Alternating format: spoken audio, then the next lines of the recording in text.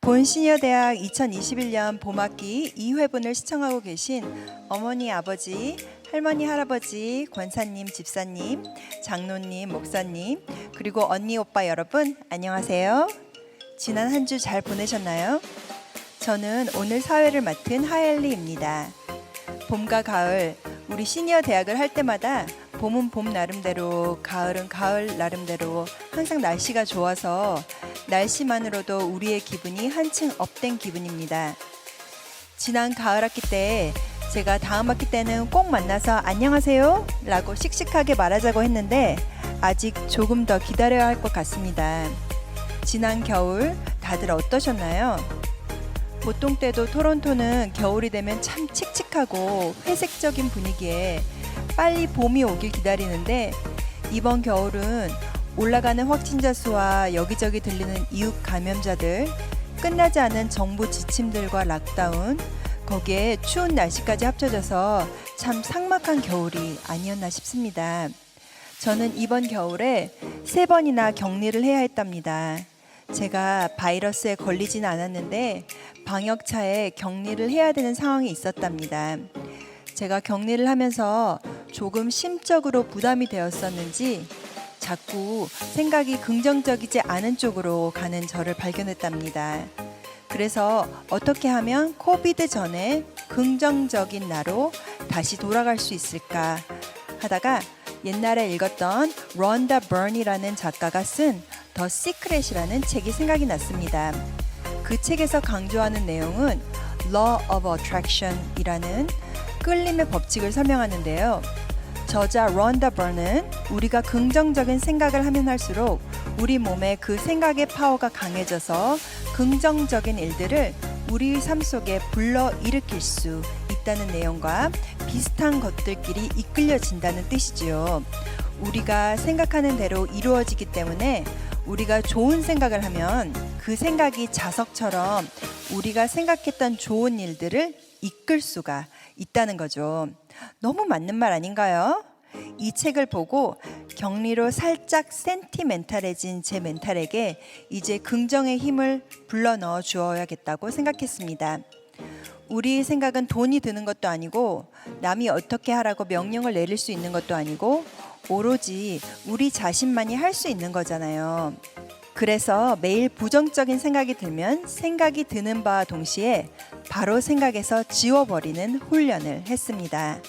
그러니까 제 삶에 많은 변화가 생기더군요. 지난날 나를 행복했던 기억을 되새기고 또 그 생각에 젖어 식구들과 이야기도 하고 또 앞으로 무엇을 하고 싶다 꿈꾸기도 했고요. 그렇게 하루 이틀 저를 훈련시키다 보니 더 시크릿의 저자 론다 버니 말한 것처럼 제 마음이 긍정 자석이 되어서 좋은 생각들만 끌어오는 그런 일상이 되더군요. 그리하여 저는 감히 추천드립니다. 오늘부터 매일 하루에 적어도 3개 나를 기쁘게 하는 것 생각해 보기. 그 훈련이 되면 4개, 5개, 그리고 10개까지도 생각해 보는 걸로요. 우리 행복한 생각 약속하면서 2021년 봄학기 2번째 시간을 기쁘게 시작해 볼게요.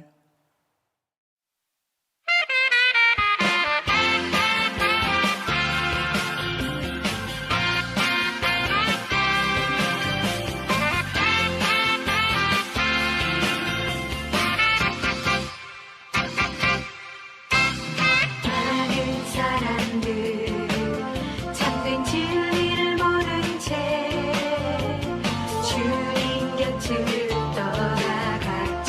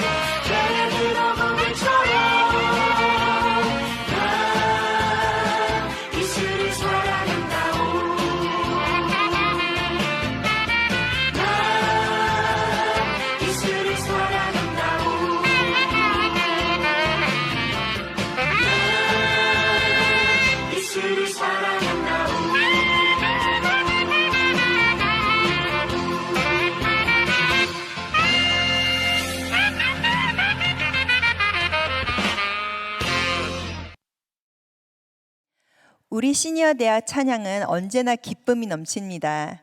그리고 우리 시니어 대학 봉사자들 블랙핑크까지는 안 되지만 참 예쁘죠? 지금 시간에는 김창일 목사님의 설교 말씀이 있으시겠습니다. 그리고 바로 이어서 지난 가을 학기 1회분을 영상으로 함께 감상하시겠습니다. 안녕하세요. 김창일 목사입니다. 오늘 시니어 대학에서 저와 함께 나눌 하나님의 말씀은 전도서 3장 11절 말씀입니다. 전도서 3장 11절 말씀 제가 봉독해 드리겠습니다. 하나님이 모든 것을 지으시되 때를 따라 아름답게 하셨고 또 사람들에게는 영원을 사모하는 마음을 주셨느니라. 그러나 하나님이 하시는 일의 시종을 사람으로 측량할 수 없게 하셨도다. 아멘. 여러분, 퍼즐이 뭔지 아시죠? 여러 조각의 피스들이 있어서 그것을 하나하나 맞추면 퍼즐이 하나의 그림으로 완성이 됩니다. 여러분들도 퍼즐을 해본 적이 있으실 거라 생각이 됩니다.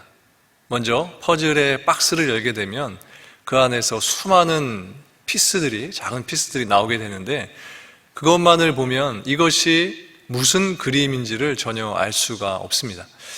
그런데 퍼즐을 하나씩 맞추기 시작하면 부분의 그림들을 조금씩 보게 됩니다. 어떨 때는 그런데 이것을 어디다 놔야 될지 전혀 감이 없는 그런 조각들도 있는데 그런 것들은 또 옆쪽으로 빼놓고 먼저 맞춰지는 조각들부터 하나하나 맞추기 시작하면 조금씩 그림의 윤곽들이 보여지게 됩니다. 그렇게 해서 퍼즐을 다 맞추게 되면 한눈에 전체 그림을 보게 되는 것입니다. 우리의 인생, 우리 인간의 인생도 이와 같다라고 생각이 됩니다. 퍼즐의 모든 피스들을 다 맞추지 않으면 이 피스의 그림이, 이 퍼즐의 그림이 무엇인지 알 수 없듯이 우리 인생도 완전히 인생이 끝나기 전까지는 전체 그림을 다 한눈에 볼 수 없는 것입니다. 또 퍼즐이 우리의 인생과 같은 이유는 퍼즐을 맞출 때 어디에 놔야 될지 모르는 그런 피스들이 있는데 그런 것처럼 우리가 인생을 살 때에도 이해할 수 없는, 우리가 살면서 겪으면서 이해할 수 없는 그런 삶의 순간들이 있다는 것입니다. 아기 때에는 퍼즐이 뭔지도 모르는 시기라고 할 수 있습니다. 그러다가 성장해서 10대, 20대 정도가 되면 퍼즐을 맞추면서 거기서 부분의 그림을 조금씩 보게 되는 겁니다. 그리고 40대, 50대 정도가 되면 인생의 퍼즐을 좀 더 빨리 맞추고 싶어서 또 전체 그림을 빨리 보고 싶어서 열심히 애를 쓰게 되지만 그렇게 내 마음대로 퍼즐이 맞춰지지 않는 것을 경험하게 됩니다. 그리고 은퇴하고 시니어 때가 되면 퍼즐이 거의 다 완성이 돼가기 때문에 퍼즐에서 보여지는 그림의 윤곽을 조금씩 구체적으로 볼 수 있게 되는 것입니다. 하지만 시니어 분들도 퍼즐을 아직 완성한 것은 아닙니다. 여전히 인생의 퍼즐을 하나하나 여전히 맞추고 있는 겁니다. 이미 오랫동안 사시면서 인생의 퍼즐을 맞춰 오셨기 때문에 퍼즐에서 보여지는 대략적인 그림들 보면서 나는 이 그림이 뭔지 안다. 저 퍼즐에서 보여지는, 내 인생의 퍼즐에서 보여지는 그림이 뭔지 다 안다 라고 생각하실지도 모르겠습니다. 하지만 그것은 퍼즐의 한 부분만을 보고 다 봤다 라고 말하는 것과 같은 것입니다. 90년을 사시게 될 분들은 하나님이 여러분들에게 90개의 퍼즐 피스를 주신 것이다 라고 할 수 있습니다. 그렇기 때문에 마지막 한 개의 퍼즐을 다 맞출 때까지 그 퍼즐은 완성된 것이 아닌 겁니다. 내 인생의 퍼즐을 맞추는 것은 하나님께서 나에게 허락하신 인생의 그 전체 그림을 보기 위한 이 목적도 있지만 또 하나는 완성된 인생의 퍼즐을 다른 이들에게 보여주기 위한 목적도 있다는 것입니다. 즉, 내 삶의 퍼즐에서 보여지는 하나님, 그 하나님을 드러내는 것입니다. 내 인생의 전체 퍼즐을 통해서 하나님께서 나와 어떻게 역사하셨는지를 나타내는 것입니다. 그렇기 때문에 시니어분들께서는 자녀들에게 또 이웃들에게 그들 또한 이러한 인생을 살 수 있도록 계속해서 퍼즐을 하나하나 맞추는 그런 삶을 사셔야 하는 것입니다. 퍼즐이 잘 안 맞춰질 때도 있지만 잘 맞춰지지 않더라도 그때 그 순간에도 하나님이 나와 함께하고 계신다. 이 순간에도 하나님이 나와 함께하고 계신다라는 것을 믿으면서 계속 그 퍼즐에 맞추는 인생을 사시는 것입니다. 그리고 내 인생의 퍼즐은 여전히 퍼즐의 완성품을 향해서 가고 있다. 완전한 인생을 향해서 하나님께서 예비하신 그 완전한 인생을 향해서 가고 있다라는 이 사실을 세상 사람들에게 보여주는 것입니다. 하나님께서는 내 인생의 퍼즐을 완성해 주셔서 하나님의 영광을 드러내실 것이다 라는 이 확신을 가지고 사셔야 한다는 것입니다. 결국 우리의 인생은 하나하나의 그 퍼즐 피스를 계속 맞추면서 하나님을 드러내는 인생이 될 것이다 라는 이 사실을 우리 시니어분들께서 보여주시는 삶을 사셔야 하는 것입니다. 오늘 본문 뒷부분에 보면 이렇게 말씀하고 있습니다. 하나님이 하시는 일의 시종을 사람으로 측량할 수 없게 하셨도다. 젊은 시절에 모두 꿈을 다 가지고 계셨을 겁니다. 인생을 이렇게 살아야지 저렇게 살아야지 하는 그런 계획들이 다 있으셨을 겁니다. 그런데 살아온 지난 날을 되돌아보면 그렇게 되지 못했다라는 것을 알 수 있습니다. 그 이유는 이 본문 말씀과 같이 우리 인생의 시작 그리고 우리의 인생의 끝은 우리가 계획한 대로 되는 것이 아니라 하나님의 계획 속에서 움직여지는 것이기 때문입니다. 하나님께서 내 인생을 하나님의 방법으로 지금까지 시니어 모든 분들의 삶을 이끌어 오신 것입니다. 우리 인생을 하나님이 주신 퍼즐을 맞추는 인생을 살 수 있도록 그렇게 이끌어 오셨다는 사실입니다. 우리는 살면서 주님이 주신 퍼즐의 피스들을 하나하나 맞추면서 지금까지 살아온 것입니다. 그리고 그 퍼즐의 그림이 완성될 때 비로소 우리는 이 세상을 떠나게 될 것입니다. 지금 코로나로 인해서 시니어분들이 많이 답답해 하실 거라 생각이 됩니다. 여행도 마음대로 못 다니시고 은퇴하시고 하려던 것들을 다 하지는 못하시고 그렇게 힘든 시간들을 보내고 계시리라 생각됩니다. 지금 이 순간에 원하는 다른 것들은 못하시게 되었더라도 내 인생에 하나님께서 나에게 주신 퍼즐을 맞추는 것은 계속 되어야만 합니다. 말씀과 기도로 인생의 퍼즐 피스 하나하나를 맞추면서 인생의 마지막 날까지 사셔야 하는 것입니다. 이 일을 하지 않게 되면 인생의 퍼즐이 완성되지 못한 채 그리고 완성된 퍼즐에서 볼 수 있는 그림도 보지 못한 채 인생을 마감할 수도 있는 것입니다. 그리고 누구에게도 내 인생의 퍼즐 그림을 보여줄 수 없게 되는 것입니다. 시니어분들께서는 지금도 하나님이 주신 인생의 퍼즐을 맞추고 계신 것입니다. 말씀과 기도와 사랑으로 그 피스들을 끝까지 맞추시는 여러분들 되셔서 인생의 마지막 날 여러분들의 퍼즐을 완성하시면서 그 퍼즐에서 보여주는 하나님의 영광된 그림을, 영광된 작품을 보시게 되는 여러분들 모두가 되시기를 주님의 이름으로 축원합니다. 함께 기도하시겠습니다. 하나님 감사합니다. 우리에게 퍼즐과 같은 인생을 살게 해주시고 인생 첫날을 시작하며 첫 피스를 마침으로 또 마지막 피스까지 우리의 마지막 날까지 그렇게 퍼즐을 완성시켜 주실 주님을 찬양합니다. 시니어의 때에도 그 퍼즐에 맞추는 인생은 계속되고 있는 줄 압니다. 방심하지 않게 하시고 나태해지지 않도록 해주시고 늘 퍼즐 하나하나를 매일매일 맞추는 인생을 살게 하셔서 그 맞춤을 통하여서 인생을 마치는 날 하나님의 영광을 드러내게 하시고 또 그 영광된 모습을 바라보게 하시고 또 우리 주변의 많은 이들이 나의 삶 속에 함께 하시는 주님을 함께 바라보며 경배하는 그날이 될 수 있도록 그날이 올 수 있도록 주님 인도하여 주시옵소서. 오늘도 주님께서 맞추게 하신 인생의 작은 피스 하나를 맞추는 시니어분들 될 수 있도록 인도하셔서 오늘 하루도 주님께서 그려주시는 아름다운 모습을 시니어들의 삶을 통하여서 세상에 드러내실 수 있도록 인도하여 주시옵소서. 감사드리며 예수님의 이름으로 기도합니다. 아멘.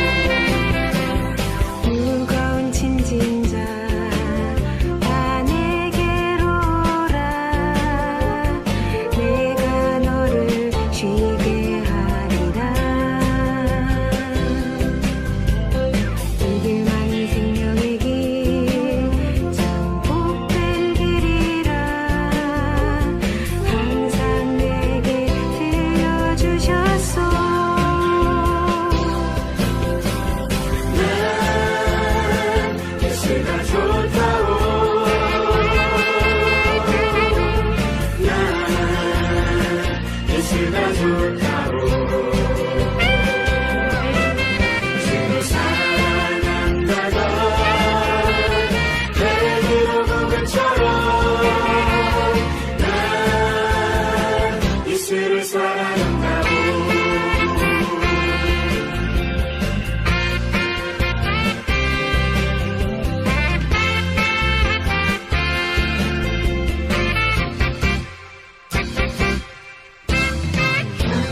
자비여 참된 행복을 찾거든 예수님을 만나보세요 그분으로 인하여 참 평안을 얻으며 나와 같이 고백할 거요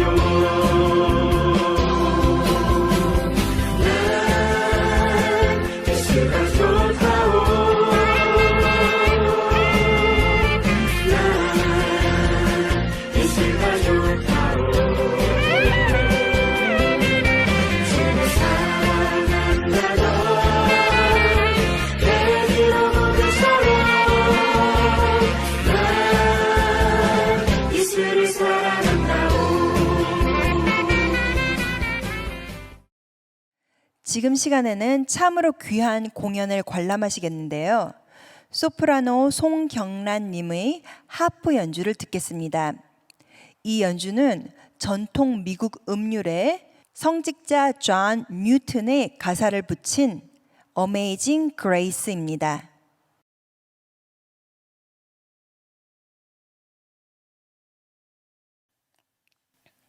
여러분 안녕하세요. 송경란입니다. 이제 완연 봄이 왔네요. 밖에 날씨는 봄비가 내린 후 파란 잔디 위에 목련꽃이 흐드러지게 피고 있는데 막상 저희들 마음은 생전 듣도 못했던 전염병으로 인해서 문 밖은커녕 교회도 못 가니 정말 많이 우울하시죠? 이렇게 어려운 시기에도 불구하고 우리 시니어 분들을 위해서 좋은 시간을 마련해 주신 고영민 목사님을 비롯하여 이병학 전도사님, 그리고 문수진 집사님, 그리고 모든 수고해 주시는 임원님들께 진심으로 감사드립니다.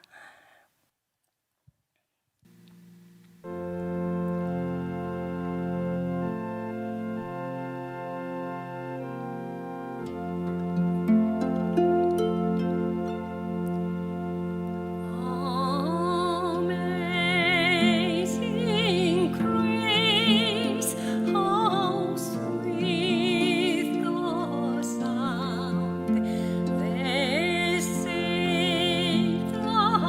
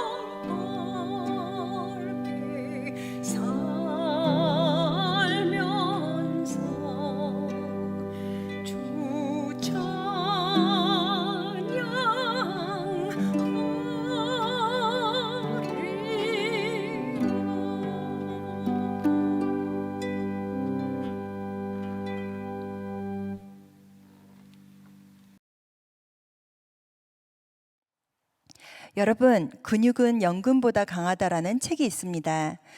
근력 운동은 강건한 건강에도 좋지만 미용적인 면에서도 반드시 함께 해야 할 필수 활동입니다. 대면 접촉을 최대한 피하는 언택트 시대에 댁에서 간단히 하실 수 있고, 나아가 한국의 음율도 함께 들을 수 있는 코호트라라는 유튜브 채널 들어보셨나요? 토론토에서 한국 무용가로 활동하고 계시고 나빌레라 한국 무용 스튜디오를 운영하고 계시는 김일인 단장님께서 만드신 코호트라는 한국 무용, 동작과 요가, 홈 트레이닝을 접목시켜 매 편마다 색다른 운동을 할 수 있는 새로운 스타일의 운동입니다. 기대해 보셔도 되고요. 우리 건강과 미를 함께 잡을 수 있는 코호트라 동작 시작해 보겠습니다. 안녕하세요. 반갑습니다. 시니어 대학 여러분. 저는 캐나다 토론토에서 한국무용가로 활동하고 있고 나빌레라 한국무용학원을 운영하고 있는 김희린입니다. 오늘 소개시켜드릴 운동은 코호트라라는 운동으로 한국무용과 요가의 장점을 접목하여 만든 운동으로 댁에서 쉽게 따라할 수 있는 새로운 스타일의 운동입니다. 특히 이 코호트라는 동작에 집중을 하시면 좌뇌랑 우뇌와 또 소근육과 대근육을 사용함으로써 시니어 여러분들께 아주 적합한 운동이라고 할 수 있습니다. 코호트라 운동 시작 전에 한국무용 동작 두 동작을 배우고 본 운동을 시작하도록 하겠습니다. 첫 번째 동작은 손바닥 뒤집기 사위, 두 번째 동작은 머리 감기 사위입니다. 자, 첫 번째로 배울 동작은 손바닥 뒤집기 사위입니다. 손바닥 뒤집기 사위를 하실 때는 팔을 옆으로 시원하게 쭉 뻗어주세요. 이때 팔이 너무 뒤로 빠지거나 더 너무 앞으로 쏠리지 않게 내 시야에서 내 양 손끝이 보일 수 있는 그 상태가 알맞은 상태라고 할 수 있습니다. 자, 올라가는 호흡, 마시는 호흡에 손을 마시는 숨만큼 올리시고 그 다음에 내쉬는 호흡에 오른손 손바닥 뒤집습니다. 다시 마시는 호흡에 올라갔다가 내쉬는 호흡에 반대 왼손 뒤집고 오른손 다시 손등으로 갑니다. 다시 한 번 더. 하나, 둘, 다시 하나씩 천천히. 하나, 마시는 호흡에 올라갔다가 내쉬는 호흡에 손바닥 다시 뒤집습니다. 자, 잘하셨습니다. 자, 두 번째는 머리 감기 사위를 하도록 하겠습니다. 머리 감기 사위도 마찬가지로 팔을 옆으로 핀 상태에서 진행을 하도록 하겠습니다. 자, 보통 저희가 오른발부터 먼저 나가기 때문에 왼손 먼저 진행을 합니다. 자, 왼손 손바닥 뒤집고 처음에, 두 번째는 내 팔을 귀 옆까지 쭉 끌어당긴다라는 느낌으로 팔꿈치가 굽어지지 않고 팔꿈치 쭉 핀 상태에서 스트레칭 해주세요. 이때 어깨가 올라가시면 안 됩니다. 어깨는 귀와 어깨가 쭉 멀어진다라는 느낌으로 쭉 내려주세요.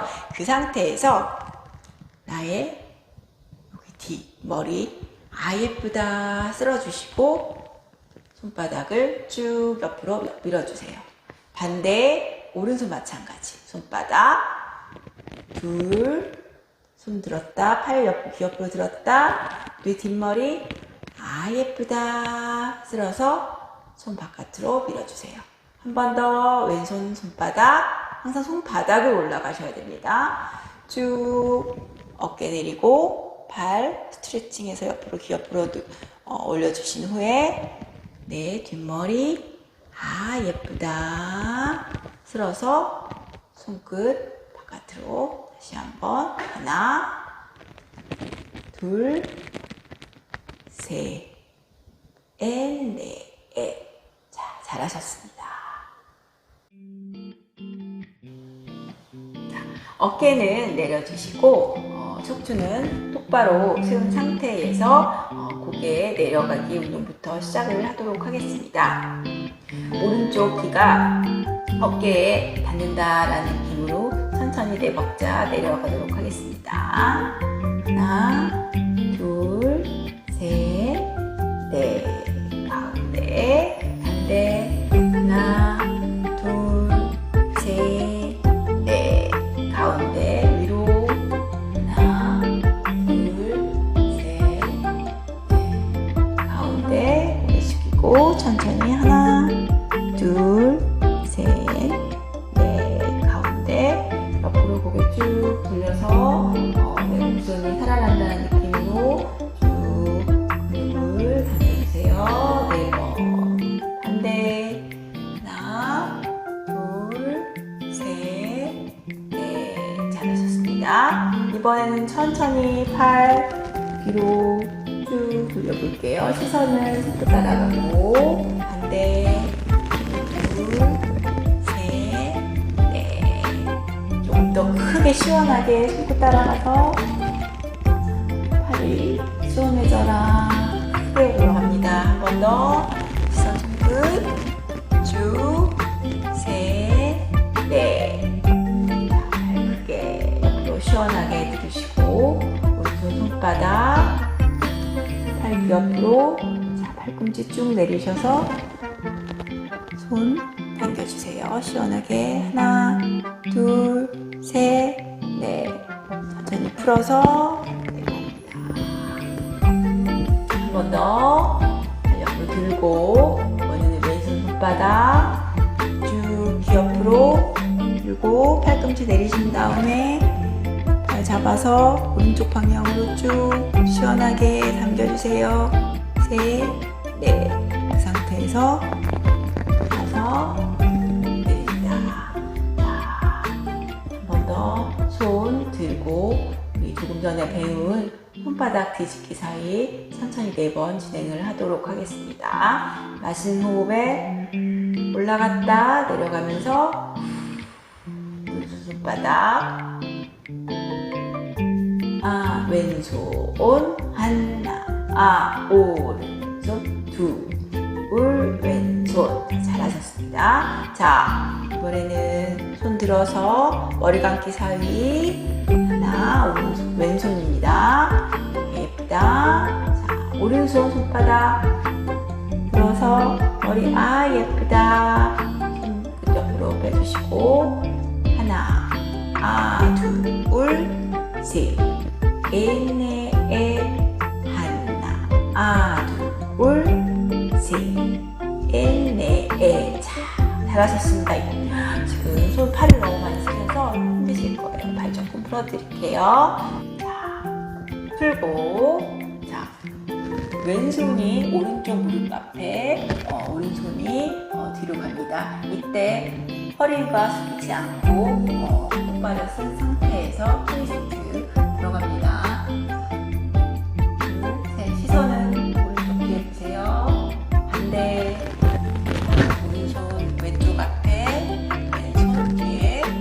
시선 뒤로. 둘, 셋, 넷. 하셨습니다. 자, 팔 뒤로 보내주시고요. 이 상태에서 견갑골 늘리는 운동을 하겠습니다. 뒤로 고개 보내주시고 허리가 팔처럼 쭉 핀다는 느낌으로 쭉 펴주세요.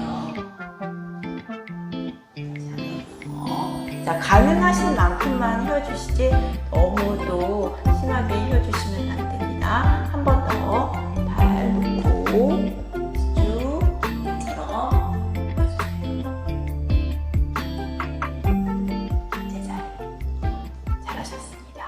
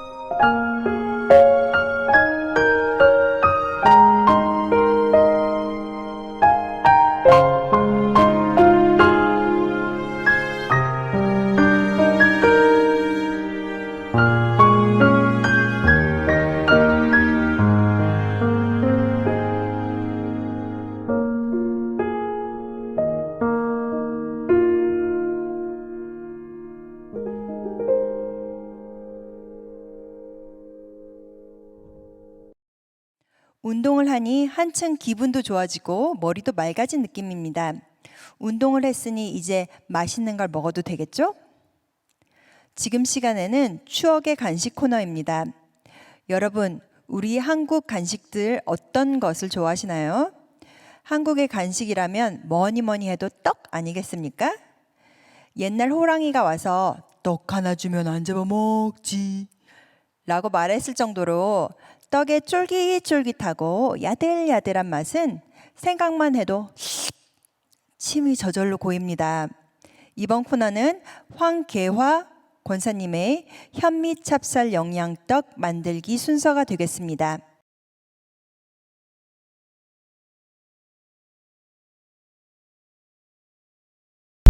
안녕하세요. 반갑습니다.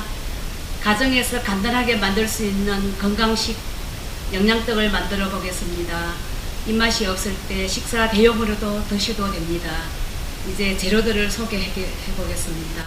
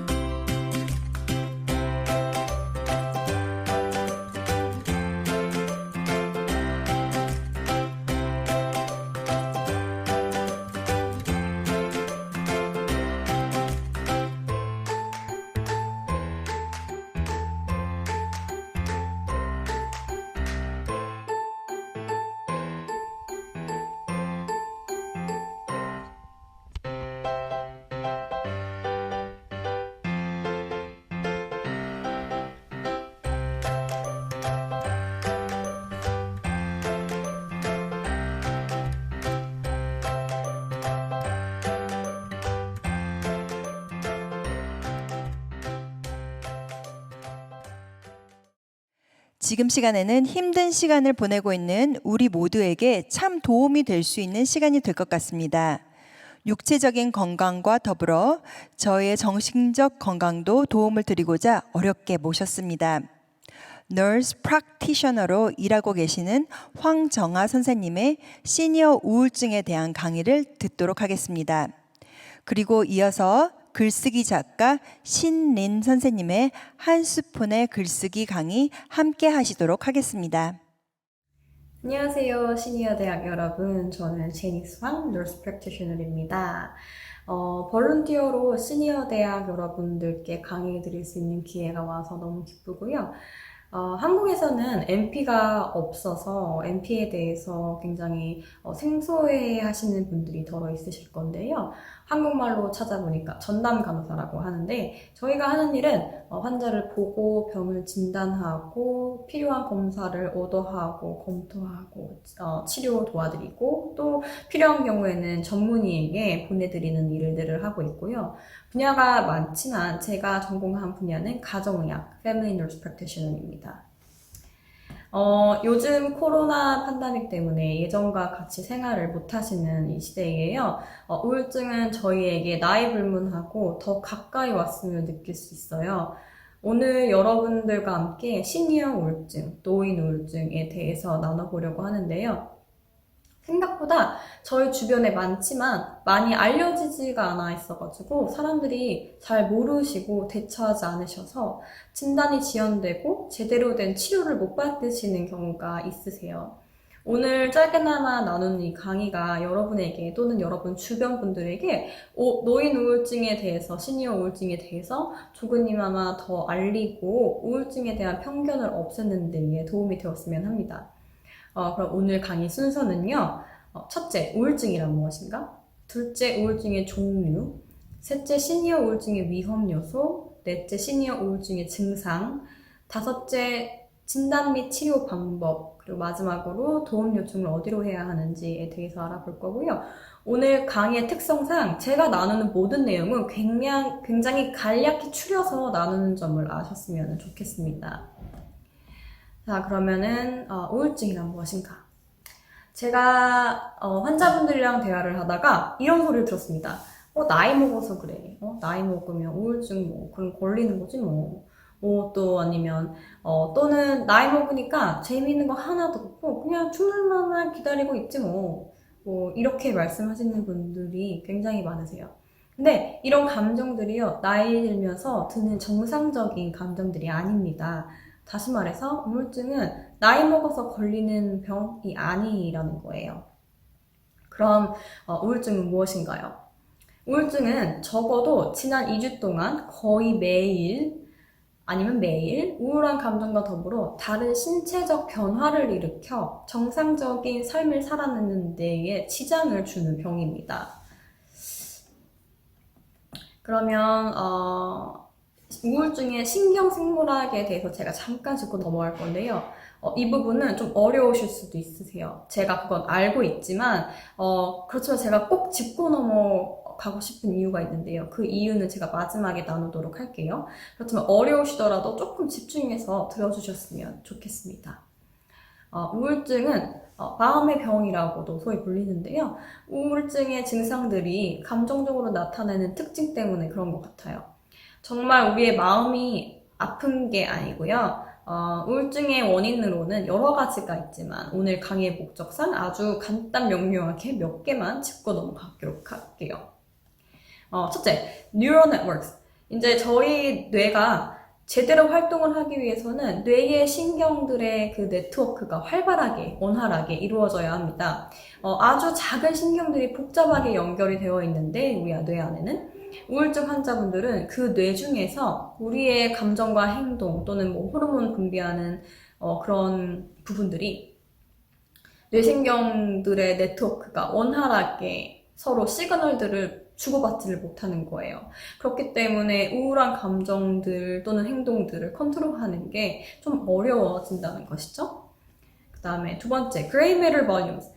이게 이제 뇌를 크게 보면요. 저희가 이제 백질, white matter, 아니면 회백질, gray matter로 나누어져 있는데요.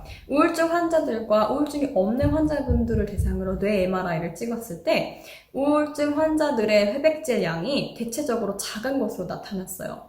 이뿐만 아니라 우울증 환자를 치료하지 않고 방치해 두었을 때 이제 MRI로 추적 검사를 해 보았을 때도 뇌 구조들이 변화하는 것을 볼 수 있었습니다. 그리고 세 번째, cellular alteration. 뇌 구조, 큰 단위로 구조뿐만 아니라 더 작은 단위로 뇌신경 세포들 또한 그의 크기와 숫자, 조밀성들이 비정상적으로 변화되는 것을 볼 수가 있고요. 넷째, pruning. 이제 뇌의 가지치기라고 보시면 돼요. 저희 뇌가 똑똑해서 저희가 잘 쓰는, 많이 쓰는 부분들을 더 발달하게 하고 안 쓰는 부분들은 잘라냅니다. 이런 뇌의 가지치기는 보통 어리면 어릴수록 더 잘 나타나는데요. 그래서 우울증을 앓고 있는 소아 환자들을 대상으로 추적 검사를 했는데 앞에 얘기했던 회백질의 크기가 더 빠른 속도로 줄어드는 것을 볼 수 있었어요. 그리고 마지막으로 neurotransmitter. 이제 이게 신경 전달 물질이라고 하는 건데요. 뇌신경들은요, 뇌신경 사이사이에 신경 전달 물질로 인해서 서로 소통을 합니다. 이제 작은 메신저들이라고 생각을 하시면 될 것 같아요. 근데 이제 이 어떠한 전달 물질이냐에 따라서 우리의 신경들은 반응을 하거든요. 근데 이제 우울증을 앓고 계시는 환자분들은 이 신경 전달 물질이 부족하거나 또는 뇌신경에서 전달받는 능력이 부족하거나 해서 뇌신경의 서로 소통이, 시그널들이 원활하게 활동할 수 없음을 발견을 했고요. 이 외에도 뇌 안의 혈관들이 이제 뇌 부분에 부족하게 분포를 하거나 피가 잘 통하지 않아서 뇌가 정상적으로 일하지 못한 이유 또는 잠자는 동안에 이제 우리가 가지고 있는 뇌의 반응 등 더 많은 신경 생물학적 견해들이 우울증에 대해서 많아요. 그래서 제가 말했듯이 이 부분이 어려웠지만 제가 꼭 이 부분을 짚고 넘어가고 싶었던 이유는요.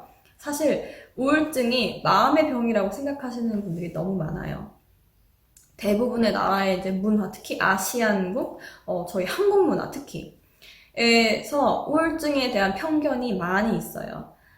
내가 감정을, 나의 슬픔을, 나의 우울함을 잘 스스로 컨트롤하지 못한다는 것에서 오는 그런 상실감이나 죄책감 등에 시달리시는 분들이 많이 계시는데요. 이게 내가 정신력이 약해서 내 마음 하나 추스리지 못해서 이런 생각을 갖고 계시는 분들은요, 제가 앞서 말했듯이 그렇기 때문에 우울증에 걸리는 게 아닙니다. 이게 예를 들면요, 저희가 이제 나이를 점점 먹으면서 우리의 심장 속 혈관이 좁아지고 어떠한 이유에서든 좁아지면 혈압이 올라가고 그래서 고혈압이 있고 또 우리 몸에 오랫동안 지방이 쌓여서 고지혈증이 생기고 또는 우리 몸속에 인슐린, 혈당을 조절하는 호르몬이죠. 를 만드는 능력이 저하되고 또는 인슐린의 예민도가 낮아져서 당뇨병이 생기고 이렇게 뇌 속에서 일어나는 신경생물학적인 변화들로 인해서 또는 뇌의 기능 저하로 인해서 그 결과로 우리 몸에서 나타나는 증상이 이제 감정과 행동에 많은 영향을 주는 증상들이기 때문에 이제 우울증이라고 부르는 거고 마음의 병이라고 이렇게 부르는 것 같고요. 결코 이게 내가 나약해서 내가 정신력이 약해서 내 감정을 잘 추스리지 못해서 우울증을 겪으시는 게 아니에요. 이제 앞으로는 이런 편견을 버리시고 우울증은 그냥 당뇨처럼 고혈압처럼 고지혈증처럼 내 몸에 어떤 한 곳이 잘못되어 나타나는 질병으로 생각을 해주시고요. 그에 맞는 치료를 받으시기를 권고합니다. 다음으로는요. 저희가 시니어 우울증, 노인 우울증의 위험 요소를 살펴볼게요. 이제 우선 개인력과 가족력은 우울증의 기본적으로 큰 위험 요소라고 저희가 보고 있고요. 그거 말고는 이제 첫째, 성별입니다. 남자분들보다는 여자분들이 주로 더 우울증에 걸리신다고 아니면 여자이신 분들이 더 많이 걸리신다고 이제 하시는데요. 이 부분에 대해서 개인적인 소견으로는요. 사실 남자분들이 자신의 감정을 누군가와 나누는 것을 생소하게 여기시거나 또는 되게 불편해 하시는 경우가 많으세요. 그렇기 때문에 이제 남자분들의 우울증은 잘 진단이 안 되는 경우를 많이 보거든요. 그렇기 때문에 아마 성별 중에 여자가 좀 더 많이 진단이 되기 때문에 더 위험 요소이다라고 말하는 부분들이 있을 것 같고요. 이건 개인적인 소견입니다. 그리고 두 번째, 시니어 우울증은 나이를 먹으면서 처해지는 상황 또는 신체적 변화에 의해서 생기는 우울감으로 시작하는 우울증이 많아요. 그 중에서 사회적 고립은 이제 사회적인 위치로서의 고립과 실제 살고 있는 위치적인 고립 두 가지로 나누어 볼 수 있을 것 같은데요. 일단 사회적인 위치로서는 이제 내가 속해 있던 사회 집단으로부터 은퇴를 하시잖아요. 뭐 회사나 이런 곳에서 은퇴를 하신 후 소속감의 상실이 있고 또는 가족 안에서 이제 자녀분들이 다 커서 모두 떠나보내게 되고 후에 남겨지는 그런 외로움 또는 이제 신체적 혹은 정신적 장애로 인해서 뭐 널싱홈이나 리타이먼트 홈, 뭐 양로원에 들어가서 살게 되시는 그런 분들에 대한 이제 사회적 고립 등이 있습니다. 특히 널싱홈에서 사시는 분들이요, 약 50% 정도가 우울증을 앓고 계신다고 해요. 세 번째로는 과부, 이혼하신 분들 또는 이제 따로 혼자 사시는 부부들이 우울증에 걸리실 확률이 더 많은 것으로 나타났고요. 네 번째, 사회 경제적 지위는 낮으면 낮을수록 우울증에 걸릴 확률이 높은 것으로 나타났어요.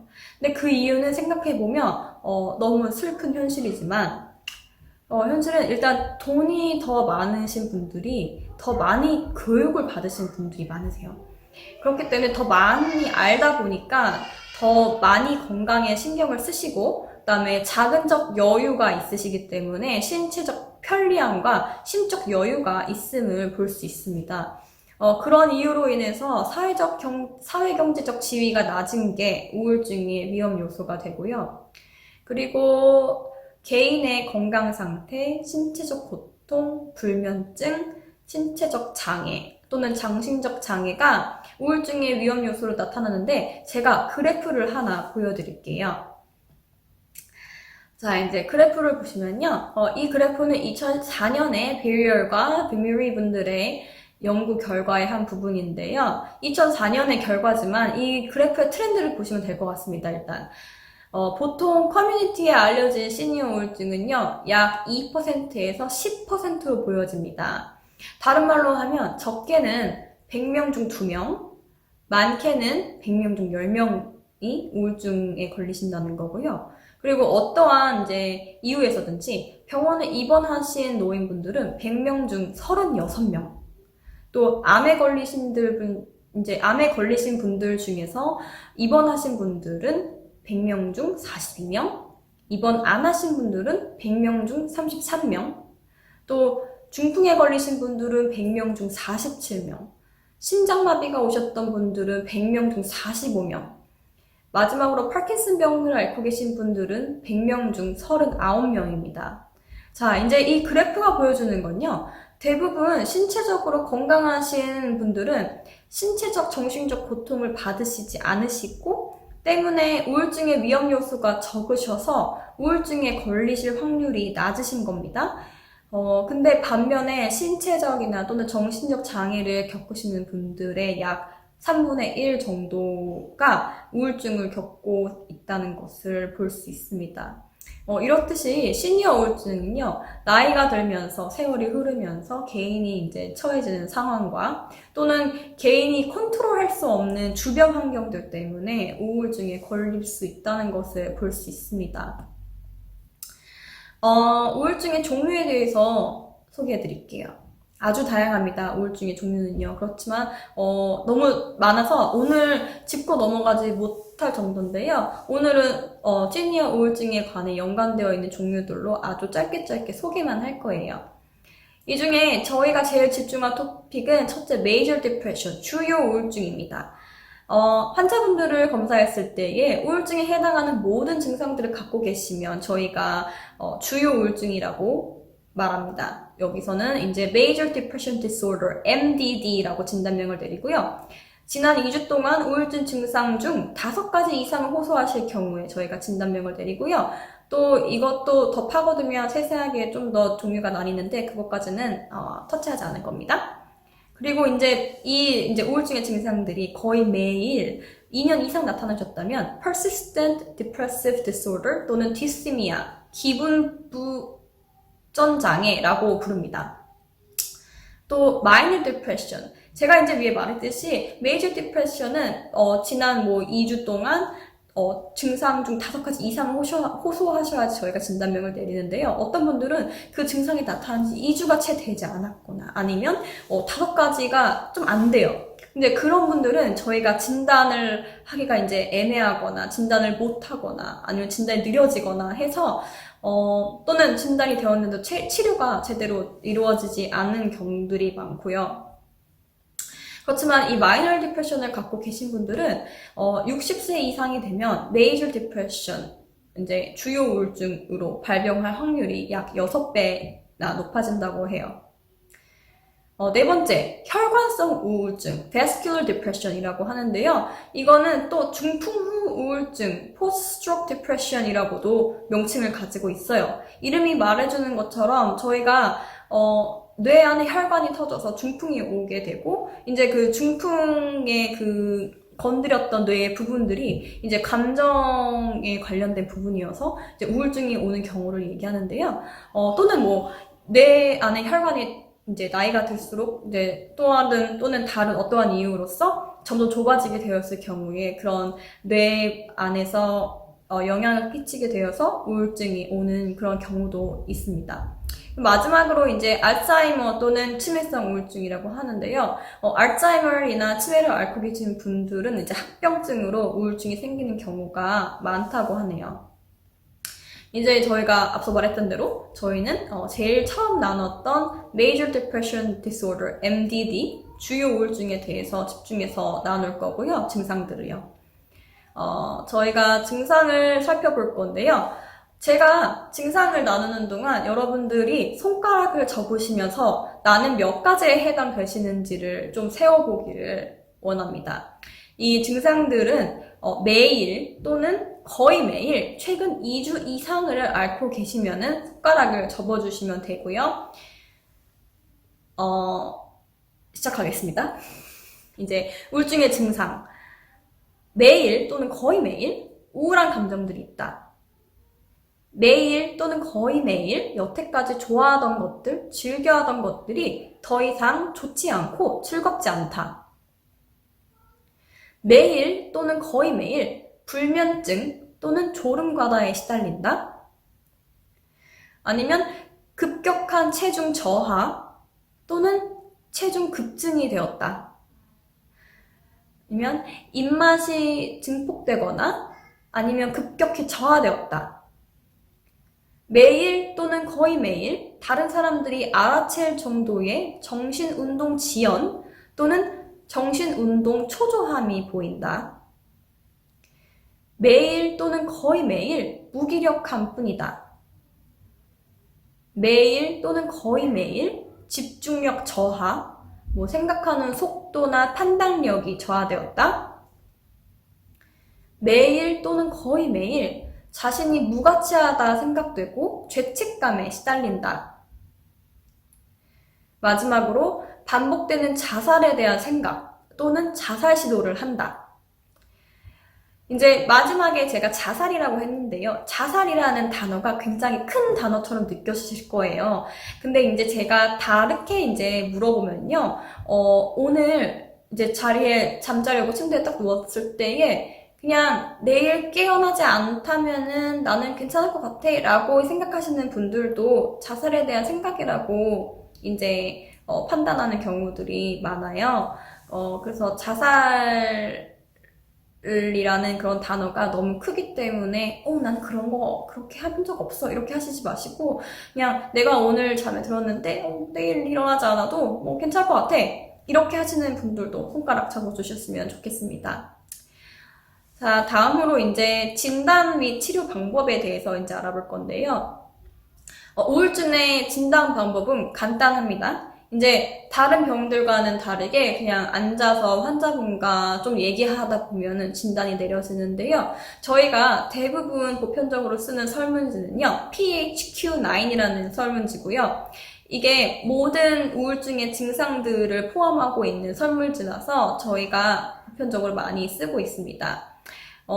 하지만 이제 시니어 우울증의 같은 경우는요, 환자분들이 이미 신체적, 장애를 앓고 계시거나 아니면은 이제 본인들이 병을 크게 앓고 계시면요, 신체적으로 보여지는 증상들, 그러니까 예를 들면 뭐 체중 저하나 뭐 입맛이 없는 것들 같은 것들이 정말로 우울증으로 인한 신체적 변화인가 아니면 이제 앓고 계신 병 때문인가를 잘 살펴보아야 하겠습니다. 그렇기 때문에 저희가 앉아서 더 많은 얘기를 나누면 이제 그런 것들이 진짜 우울증에서 오는 것인지 아닌 것인지를 저희가 알아볼 수 있을 것 같고요. 우울증의 치료 방법은요, 우울증의 증상이 어떻게 나타나냐에 따라 좀 다르고요, 얼마나 심각하냐에 따라 좀 달라요. 그렇지만 중요한 것은요, 약물 치료, 그러니까 약 먹는 거, 약물 치료뿐만 아니라 상담이 함께 병행되어야지만 더 큰 치료 효과를 기대할 수 있습니다. 우울증 치료나 약물 치료에 더불어요, 다른 질병에 가지고 계신 질병의 치료의 병행, 그리고 운동, 그다음 밝은 빛, 또 가족들이나 주변 친구분들의 정신적 지원들이 아주 중요하고요. 제가 밝은 빛이라고 했는데 이건 무엇이냐면 저희가 캐나다에 살고 있지 않습니까? 그러면은 캐나다에 시즈널 디프레션이라고 있어요. 저희가 겨울이 너무 길잖아요. 5개월, 6개월 겨울을 앓는단 말이에요. 그럼 겨울에는 해도 없고 항상 회색빛이에요. 다 구름 낀 날씨가 대부분이라서 햇빛을 보지 못합니다. 이렇게 햇빛을 보지 못하는 시간들이 점점 길어지면요, 우울증을 겨울에만 겪는 분들이 이제 나타나세요. 그러면 이제 그분들은 시즈널 디프레션이라고 저희가 부릅니다. 이렇듯 햇빛은 저희 건강에 또한 굉장히 중요한 요소인 거를 알 수 있어요. 그러면 앞서 저희가 얘기했던 이제 증상들이 손가락 접으신 것들이 5가지 이상 아니면 거의 뭐 4개다, 뭐 5개다 이렇게 이시라면 제일 먼저 나의 가족들 또는 친구들에게 도움을 요청하시길 원해요. 왜냐면 우울증이라는 병이요, 혼자서 이겨낼 수 있는 병이 아닌 것 같아요, 사실은. 너무 이제 이런 감정들이 너무 다운되어 있고, 약물 치료도 좋지만 이게 몸을 일으켜서 상담도 해야 되고, 이게 주변에서 도움을 받으면 받을수록 더 이게 치료 효과를 크게 볼 수 있는 거를 발견을 했고요. 그리고 여기서 멈추시면 안 되고, 당연히 이제 뭐 패밀리 닥터, 뭐 패밀리 MP 저 같은 분들에게 요청을 하셔야 되고요. 그래서 빠른 진단과 알맞은 치료 및 상담을 병행하셔야 합니다. 제가 토론토에서 소개해드리고 싶은 곳은요, 홍푹 멘털 헬스 어소시에이션이라는 곳이에요. 홍푹은 아시아인들을 중심으로 이루어진 이제 어소시에이션인데요. 그렇기 때문에 이제 환자분들의 파퓰레이션이 다 아시안인들이에요. 뭐 아시안인이라고 하면은 저희처럼 한국인, 중국인, 이제 필리핀 분들, 그런 분들이 이제 팀을 주로 이루고 있고요. 거기에 한인 정신과 선생님도 계시고 한인 상담사 분들도 계셔가지고 한국말로 도움을 쉽게 받으실 수 있습니다. 다음으로는 이제 KMH, 토론토 정신과 전문 병원인데요. 토론토 다운타운에 위치해 있고, 이제 위급한 경우 저희가 이곳 응급실로 들어가시면 정신과 전문적인 그런 치료들을 바로 받아보실 수 있으시고요. 필요하면 이제 입원도 바로 가능하고요. 그리고 마지막으로 911, 911입니다. 이제 자살이나 타살 충동이 있을 경우에 또는 자살 시도를 했을 경우에 굉장히 심각한 경우고요. 그렇기 때문에 이제 911을 911을 부르셔서 가까운 응급실로 가셔서 제대로 된 처치를 좀 받으시는 것을 권고합니다. 이렇게 짧게나마 시니어 우울증에 대해서 알아보았는데요. 직접 질문 응답 시간을 갖지 못한 것이 조금 아쉽긴 하지만 그래도 이 영상으로 여러분들이 갖고 계신 우울증에 대한 편견이 조금이나마 없어지고 우울증에 대해 더 관심을 갖고 빠른 진단과 빠른 치료로 우울증을 겪고 계시는 분들 또는 그 주변 분들이 더욱더 건강하고 행복해지시기를 바랍니다. 예수님의 이름으로 여러분들 모두를 축복합니다. 감사합니다. 마지막으로 이거는 제가 모든 인포메이션을 받았던 레퍼런스 출처입니다. 감사합니다. 안녕히 계세요.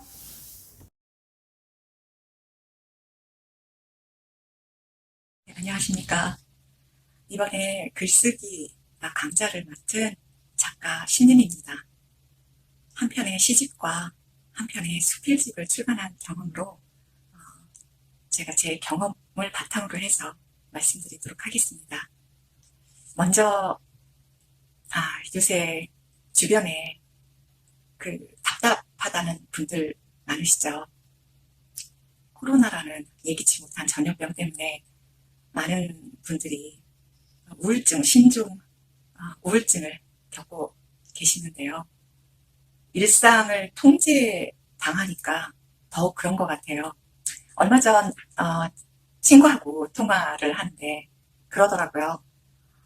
눈물이 왜 이렇게 많은지 몰라. 하늘을 봐도 괜히 눈물이 나고 버스를 타고 가는데도 갑자기 눈물이 나더래요. 예전에는 그냥 당연시 여겼던 일상생활이 어떤 통제에 의해서 할 수가 없게 됐잖아요. 자유롭게.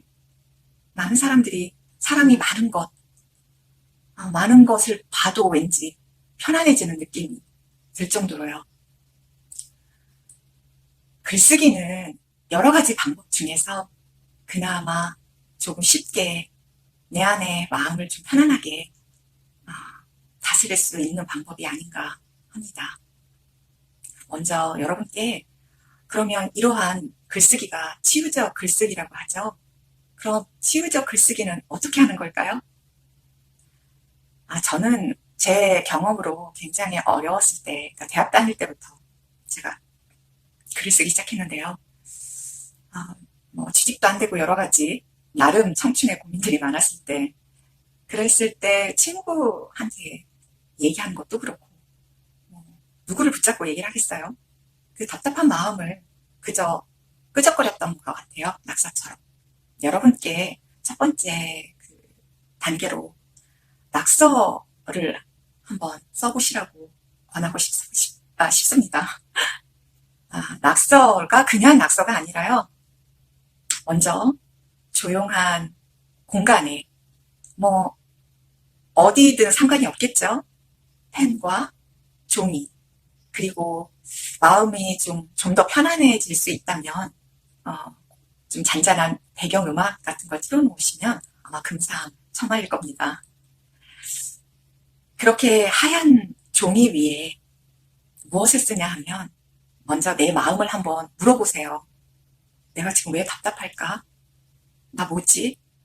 요새 정말 나 미치겠어. 뭔가 딱 부러지는 건 없는데 인생 정말 살고 싶지도 않아. 심지어는 그렇게까지 마음에 드실 수도 있어요. 이럴 때 그냥 그 말들을 그냥 써봅니다. 쭉 써내려가 보세요. 막상 막 쓰다 보면은 욕도 나올 수 있어요. 쓰세요. 다른 사람 의식하지 말고 그냥 내 안에 무슨 엉킨 실타래들을 마구마구 잘라내듯이 써보세요. 말이 되든 말이 안 되든 상관이 없어요. 그렇게 계속 써내려가다 보면 어느덧 내가 지금 뭐 하고 있는 거지? 뭐 하는 거지? 하는 생각이 드실 때가 있을 거예요. 그 낙서 종이를 한번 치우시고 다음날 한번 마음이 좀 진정이 됐을 때 내 안에 가장 핵심으로 떠오르는 반복된 단어들이 있을 겁니다. 슬프다, 고통스럽고 불만, 여러 가지로 중점적인 각자 개인만의 고민이 있을 거예요.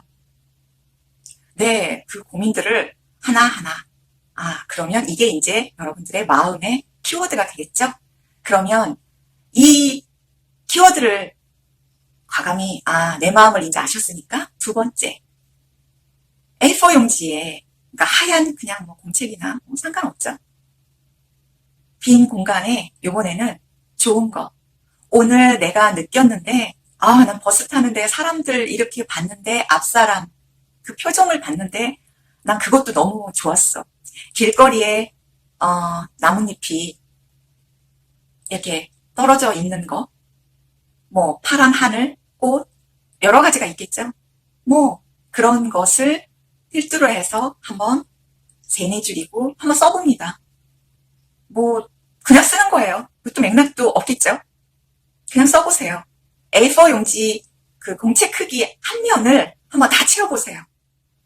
그리고 또 그 다음날 또 오늘 어떤 좋은 면만 떠올리세요. 마음 아프고 뭐 이런 것보다 좋은 면이 뭐 있었지? 좋았던 게 뭐지? 기분이 요건 참 좋았어. 이런 면을 쭉 면을 한번 또 채워보시고 이렇게 해서 계속 습관을 들이는 거예요. 글은 습관이 굉장히 중요하거든요. 자, 습관이 이제 어느 정도 기간이 흘러서 내가 됐으면 한번 그 전에 있던 이 면을 채웠던 뭐 10장이 됐든 20장이 됐든 한번 읽어보세요. 읽어보시면 낙서했던 거 있었죠. 그 다음에 한 권을 전부 한 면을 채웠죠. 그런 다음에 그 읽어보면은 내가 이랬었구나. 내 안을 좀 자기 자신이 가장 잘 알잖아요. 자기 자신이 가장 잘 아는 그 문제들. 내가 이랬구나. 미처 깨닫지 못했던 부분들이 이렇게 떠오를 겁니다. 자, A. 이게 별거겠어요? 일단 그 쓴 글들을 이제 다 구겨서 찢어버리시고 휴지통에 버리세요. 요거는 참 아깝다. 뭐 이런 글도 있으실지 모르는데 그냥 다 이제 내 안에 있는 찌꺼기 다 버리는 행위죠. 그 행위를 통해서 뭔가 조금 한켠 이제 조금 이 두서없는 글보다 이제 정말 글을 하나 쓰고 싶다. 이런 마음이 드실 수도 있어요. 실제로 글쓰기를 통해서 이제 한 가지 내 마음을 들여다봤으면 그 다음에 내 안에 내가 어떤 글쓰기를 좋아하는지 이제 본인이 가장 잘 아실 거예요. 뭐 수필 쪽을 나는 좋아한다.